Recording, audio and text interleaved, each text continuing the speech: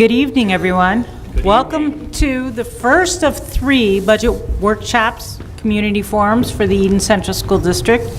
My presentations for the budget workshops are meant to be interactive, so if you have questions, please feel free to ask. It's all about sharing information and getting everyone used to what we're looking for when we look at our budget. So the format of our work session is going to be, first we're going to talk about what is rollover budget, the purpose of it.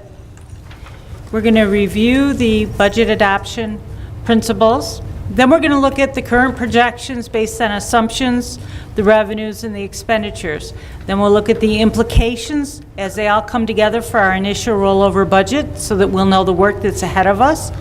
We're going to look at our budgeting options and then our budget timeline. So a rollover budget, oftentimes people are like, well, what are we going to do? What is rollover budget? It simply is looking at this year's expenditures, looking at our known increases for such areas such as salaries and benefits. Some of those we can project what we think they're going to be for next year, and then saying if our revenue stayed the same next year and we didn't get a penny increase, how much of a deficit would we have or a surplus? So that's the concept for looking at a rollover budget. The purpose of the rollover budget is to establish a budget baseline, looking at whether we need to do reductions or if we have opportunities to develop initiatives in the district. It also helps us on January 30th when the governor releases his state aid projections to analyze and understand the impact of those revenue projections. So can I back you up for just a minute, because I think this is going to be a new piece. This particular part will be a new piece for us. So we have not had these community forums or budget workshops prior to that January 30th. So when you talk about the purpose of it or being able to understand the impact, can you just talk about what the governor does on January 30th so we just get that in our heads too? Yes. On January 30th, right now, the Department of Budget is looking at all the state aid data from the November runs. Everything that SED had knowledge of on November 15th. What's a November run? That's all the data, all the ST3 reports, all the reporting that districts across the state are giving to SED are turned over to the governor's Department of Budget on November 15th. At that point, he starts to project how much he has to pay districts. The main thing that he's looking at is our foundation aid and our expense-driven aids. And he's looking to see how much revenue districts should be getting to determine what percentage of an increase those are already creating so that he can fit that into his budget process for the state as a whole. So as he works through that, the governor always has projections that he gives to school districts typically on January 30th. And those projections are our initial baseline for the revenues we can expect to receive from New York State. What happens then from January 30th until March 31st is there's a lot of politics going on in the background where the legislature is saying, no, this area of the budget, be it Medicaid, be it school districts, be it road funding, needs to have an increase. We disagree with your revenue, your projections of how the expenses are going to run. And they start to negotiate. Then on March 31st, the legislatures give us our final dollar amounts of what we can expect to receive in state aid for the year. That's if a budget is going to be passed on April 1st. If not, we don't get the legislative predictions, and we have to go based on the governor's projections as of January 30th. Can you just do the categories for the expense-driven aid again? Expense-driven aid are our transportation, our excess cost aid, which helps support our special education students. We get aid for BOCES, textbooks, software, hardware, and I think that's it. And our expense-driven aids are based on what we spent in the 16-17 school year. They take those final cost reports, and then they say, this is how much we're going to reimburse you based on some complicated formulas for those expenses you already got, and they will be used to fund your 18-19 school budget. So what are some of the adoption principles? Well, the first and foremost is we're trying to fulfill the district's mission and provide the best education that the district taxpayers of Eden can afford. So we try to contain taxes. We're trying to not only look at our state aid revenue, but what our property taxes are. There's a complicated tax cap formula. We look at all of those things, and those are what we're trying, the Board of Education is trying to take into consideration when they adopt our budget in April for us to put out to vote for the taxpayers on May 15th. So that's the short term, and then we look at the future. And in the future, we want to look at, do we have reserves and fund balance that we can use to close any gaps? Do we want to save for an initiative in the future? One of the things that Eden typically saves for is the purchase of new school buses and equipment for the maintenance department, so that we can keep our students safe when they're on the road at all times by keeping those modern and up to date on the buses so there's no accidents. So all of these are the adoption principles of our budget. So in a rollover budget, I typically start with the assumption that none of the revenues are going to increase. So our property taxes, our state aid, and our miscellaneous, which is other local revenues, things like lost book income, admissions to some of our activities. And we hold all of those at a 0% increase. And then we say, we're going to appropriate our fund balance, which means we're going to take part of our savings in fund balance and use it to lower the taxpayer's burden. And we're going to say that we're going to stay at the 17-18 levels for 18-19 in the rollover process. We're going to look at the reserves that were pledged to close the gap in 17-18, and we're going to say, if we propose those same reserves, what will be the impact on our bottom line for the beginning of the 18-19 process? So in the expenditures, we're looking at, for our salaries commitment, typically a 2% increase. And of course, the benefits are going to follow the salary, because if our salaries are going to go up, we're simply going to say that 2% of our benefits are going to go up. And I just wanted to let you know that tomorrow morning, all of this presentation will be posted on our website if anybody wants to access it. So we're saying that our contractual, which is speakers that come in, copiers, things like that, we're going to say, for the purpose of a rollover budget, we're going to contain those costs at the 17-18 spending levels. So these are companies that we have contracts with? Correct, or they provide services for the district. Things that you can't touch are considered contractual. If you can touch it and use it, we consider that a material and supplies. And the materials and supplies we're leaving at the 17-18 levels as well. We're looking at our district insurance for liability to go up 5%. Our health insurance, a modest increase of 9%, is what is anticipated at this point in time. And then our BOCES, our services that we contract through BOCES to get, we're looking at a 3% increase at this time. Some of these projections can change as the actuals come out, because we have not been privy to BOCES projected increases yet. So our overall impact on our expenditure side of the budget is a 2.61% increase in 18-19 over 17-18, just basing on some assumptions that may or may not be fully come to fruition. So when we look at our revenues, we're looking at our 17-18 and our 18-19 rollover revenues, and you can see we have not increased any of our revenues.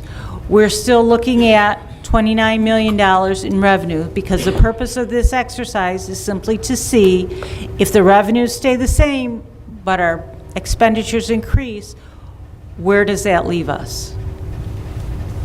So this is a little different look at our expenditures. There's general and support, which is the administrative and the buildings and grounds.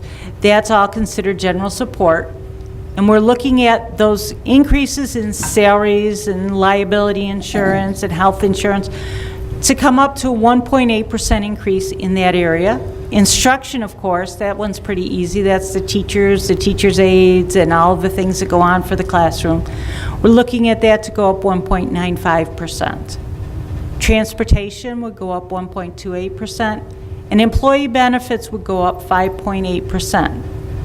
And as you can see, that's lower than the 9% increase for the health insurance, but that's because it's an average of all the expenditures for employee benefits in there. Laura, where does pension benefits go into? They're in the employee benefits. Okay, because they're saying there's supposed to be a huge spike this year. Well, at this point, for the rollover purposes, I have not looked at those. I have simply said if the salaries go up 2%, Okay. the benefits will follow. Because there are some increases projected for this year, and I haven't had any finalized numbers yet to do an actual projection on. So when we look at all of that, again, here's our 2.61% increase that we spoke of earlier. That brings us up to $29,775,000 in expenditures. That's important to note those two lines. Can you jump back? Yes. Because that's your gap. Yes. You guys see it? That's not adding anything. Correct. That's not increasing any services to the students. That's just holding status quo based on inflation. So, Projecting a 9% health, which Yes. may get lower or we may get higher. correct. We're still working on that, and I'm still waiting for those projections from the broker for our health insurance. So right now, that leaves us, when we have $29,017,000 in revenues and $29,775,000 in expenditures, $757,402 in a gap that we have to fill. And that includes right now pledging the same amount of fund balance and pledging the same amount of reserves as we did last year. So that's saying that we would be able to again tap those reserves and the fund balance. Yes? What's the $1.7 million in interfund transfer on the expense side? On the expense side, that is for our debt service and our summer school program for our special education students. So that had nothing to do with fund balance or reserves? Correct, because in a school district, we have different funds for different purposes. So the debt service is how we pay for our mortgage payment. Okay. And then we have to pay 20% of the summer school for the special education students. So that's what makes up those two numbers. So you're saying that $700,000 already includes the same amount of fund balance we used this year? Yes. So this would be additional on top of the fund balance So we it's 1.7 we'd have to take out take out. in comparison to what we did this year? Yes. Now, what about last year in our tax calculation, we had a exception of like $350,000. I have not done the tax cap calculation Okay. yet. So we're also sitting with that little bonus that might go the opposite way this year. Correct. Correct. So we're looking at over $2 million. At this point, this is just the preliminary Right. 5,000-foot view of, But knowing what's in that $29 million was an exception that we had with $350,000 based on Right. the capital project. right. That reverses this year. Unless we have another one that reverses in. Correct. This is just a straight rollover. This, No, right. I know, but I'm just No, saying, because I'm sitting here So saying. you're that, right, this using doesn't rough numbers, include it's probably gonna be 24 $2 kids in million. second grade in a class either. From the fund reserves. right, so what I'm saying is in these numbers hidden, even though it's rollover, in the back of my head, it's close There to are other- Paul went to 1.7, I just went to over 2. 2 million, yeah. Correct, correct. You're at 2.2 million if you do not appropriate any fund balance or reserves. Okay. Wow. So this is simply, as we stated in the beginning, all the revenues would stay exactly the same. Right, quick snapshot, but Yes, when you know when some of the numbers are sitting, lurking. yes. That's our task as we work through the Right. budget. So what's the chance that the revenue is going to stay the same? Not very good. It's, right at the moment, there are some competing interests at the state level. There is concern about state and local taxes being taken in 2018 out of the income tax calculation for residents. The deductions. The deductions, they're talking about capping, for people who itemize their income tax at the federal level, you can reduce your income tax if you itemize, and you're over the standard deduction is when people itemize for any of your sales tax and your state and local taxes. The proposal in Washington right now at the federal level is for the 2018 tax year, which means in January of 2019, taxpayers will be reacting to whether it's passed or not. They're limiting that at $10,000. Where that's a huge issue is up in Long Island, where perhaps they pay $20,000 in property taxes between their town and locals. They're not going to only be able to deduct $10,000. So it's going to have an impact on the state because people aren't going to want to pay as they're going to be more resistant. And it's also going to be with the sales tax, so perhaps people are going to buy less things because that expendable income is going to go away if that passes. Where's the food smell coming from? It smells like greasy hamburgers. I'm starving, so. Oh, yeah, I can smell that too. It smells like greasy hamburgers. Yeah. Kitchen very clean. So now we're down to what are our options for closing this gap and other gaps that are going to be created as we go through the finite details of what's actually going to happen for the 18-19 budget. The Board of Education can say that they're going to reduce expenditures. They're going to increase property taxes. They're going to tell the superintendent to look at faculty and staffs to see if there's any potential retirements or reductions. We're going to look at the utilization of district reserves, but more than likely we're going to look at a combination of all of the above to see how we can fund the best education for the Eden students with the least amount of local impact on our taxpayers.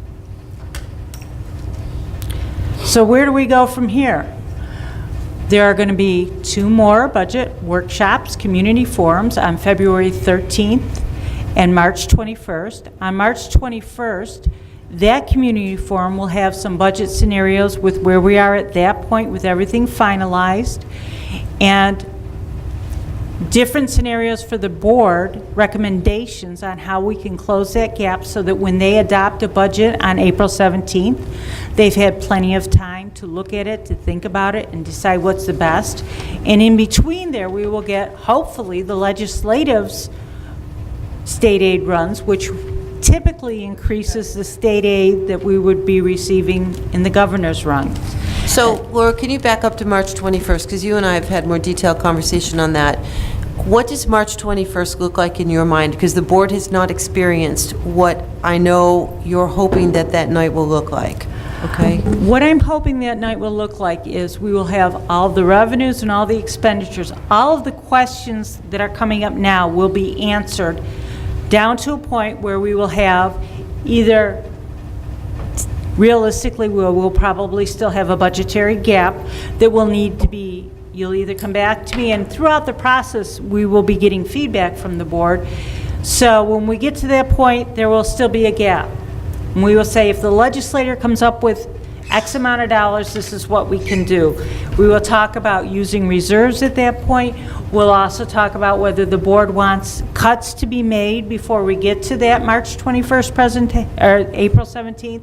so that when we come back to the April 17th board meeting, the Board of Education knows where they're going based on the legislative run and what they want to do. Their directives will have been given to me because they will have all of the possible, usually it's 3 scenarios that are offered for how to close the gap. And then the Board of Education will pick one of those 3 that we will move forward for the April 17th adoption.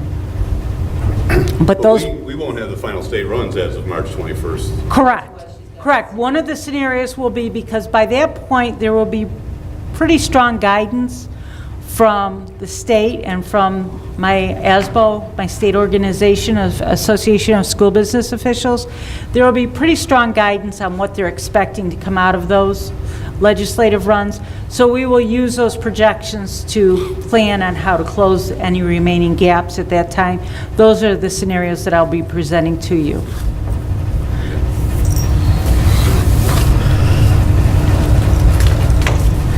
Does anyone have any further questions? I know this is slightly different than what you're used to, but I think it's important that you're getting the detailed information up front so that you can start to think about, in your conversations with Mrs. Anzalone, what direction you want us to proceed in, and she will be directing me in that respect.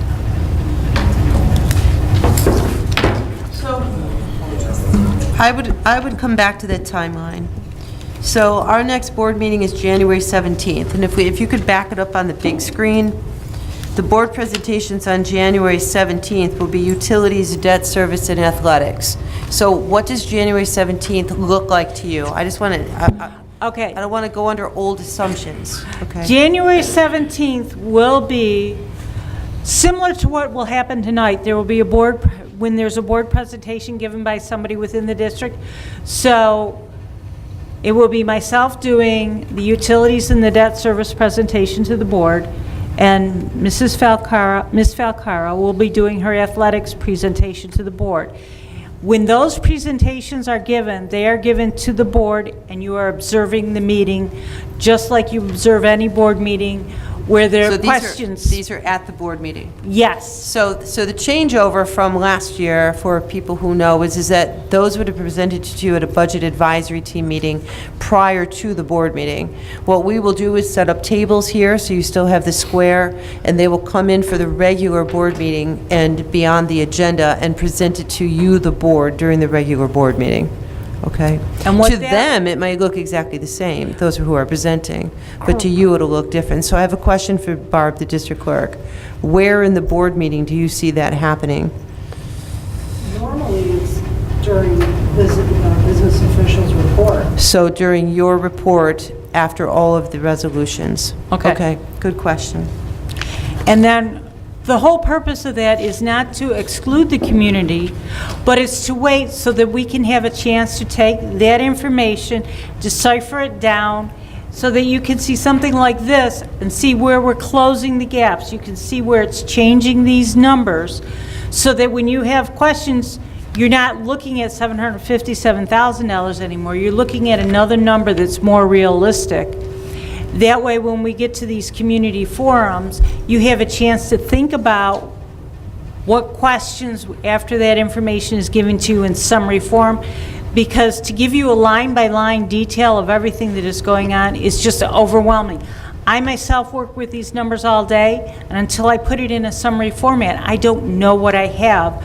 So I think it's easier for the community to come to these budget workshops where we can have that all summarized for you, so that your input is more valuable instead of you looking at it going and fixating on one line item that may be increasing, but yet another one decreased more than enough to cover it.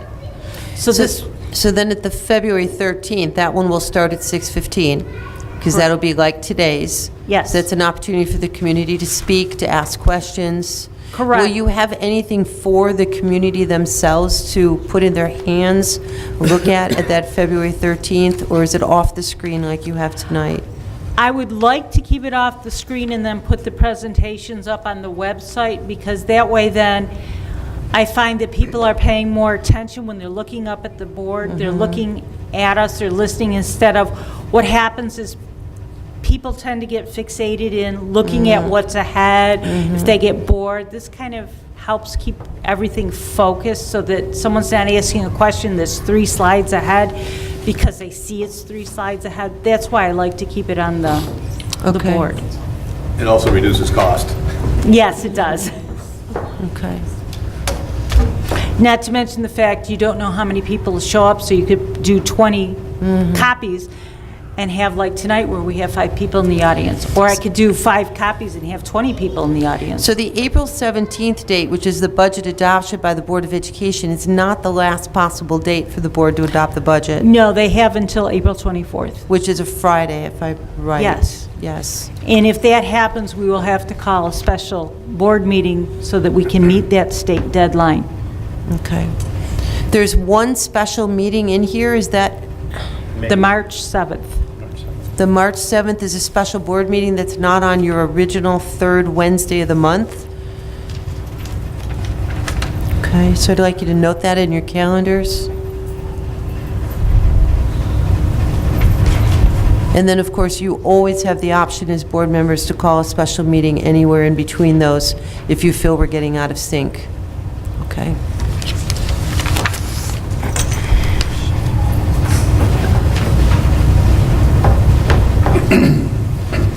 The community can certainly speak at this point, too. Laura, you're done, right? Yes. Okay.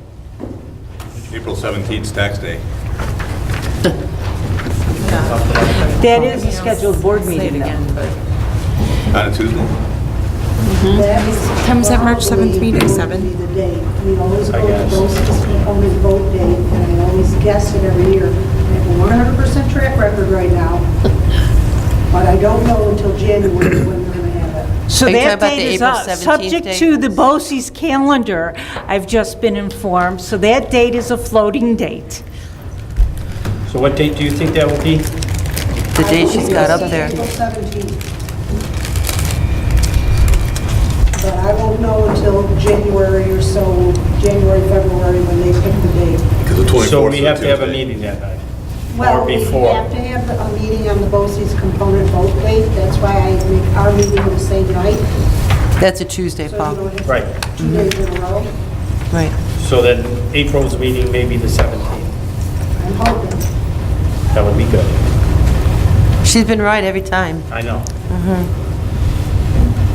So what I simply did was try to sync as much as possible to what I saw as where our board night. Janet, When we talk about, like, you know, income, revenue and state aid and things like that, Ellen and I attended that advocacy meeting through the Frontier Board of Education. Senator Chris Jacobs was there and Assemblyman Sean Ryan. They're both representatives for the majority of the Frontier School District. And they listened. It was a really phenomenal presentation. They did, teachers and staff did a whole presentation on STEAM and, you know, what their goals are for the future at Frontier. And then there was some budgetary talks towards the end. And Ellen, I don't know what your interpretation was. My impression was they were pretty vague with, you know, they both saw the need for increased funding for school districts, increased aid, increased support, because programming, Frontier's kind of at a standstill with a lot of their programming. They can't really move forward anymore. But they weren't really specific or encouraging. That was, I mean, and I can't, this early out, I can't imagine that they would be, but I was, I guess, hoping for like a little carrot to be dangled. at But some I point. was impressed with how Frontier, he had very specific areas that, programs that had been cut. Parents spoke to different things that had been there and were no longer there, which is what they've been telling us to do.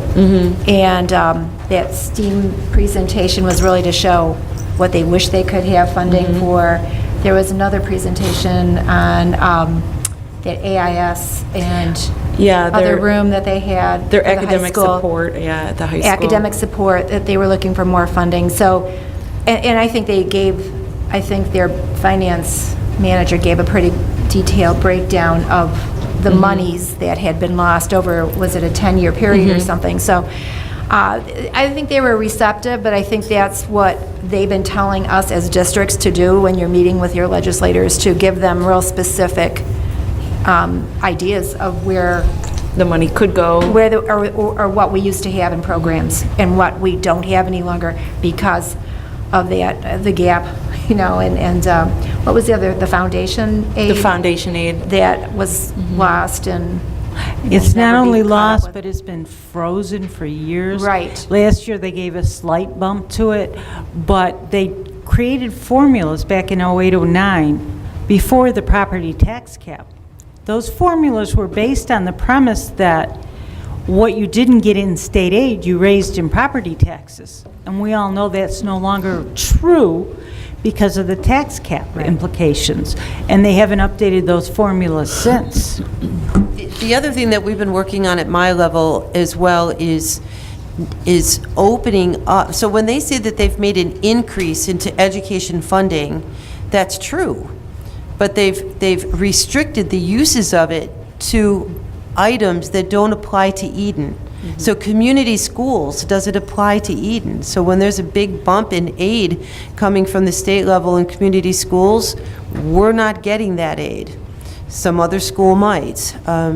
So we've asked as superintendents for them to open up the lines and let us determine where our increases go as our own means of a school district. And the second thing is for them to sign into law a different way if they're going to keep the formulas rather than using the 2000 census, because the 2000 census does not apply to Eden anymore. If you look around, Eden is not 2000. We are a different community than we were 18 years ago. So that's the two focal points in ours. And the third one is for them to contribute at least at a 50% level. So Laura, correct me where I'm wrong, but I think that right now we're getting about 38 or 39%. I believe so. Of our aid. We're asking for 50%. So those are the three pieces that we're focused on. That would make a huge difference. Oh, can you estimate the difference between 39% and 50% contribution? 10% on our budget would be $3 million. $3 million. Wow. We could do a lot with that. We could do a lot with that. And there was a time, and you have that in your charts from when Bruce Fraser came to speak to you, where you saw where we were at a 50% contribution rate from the states.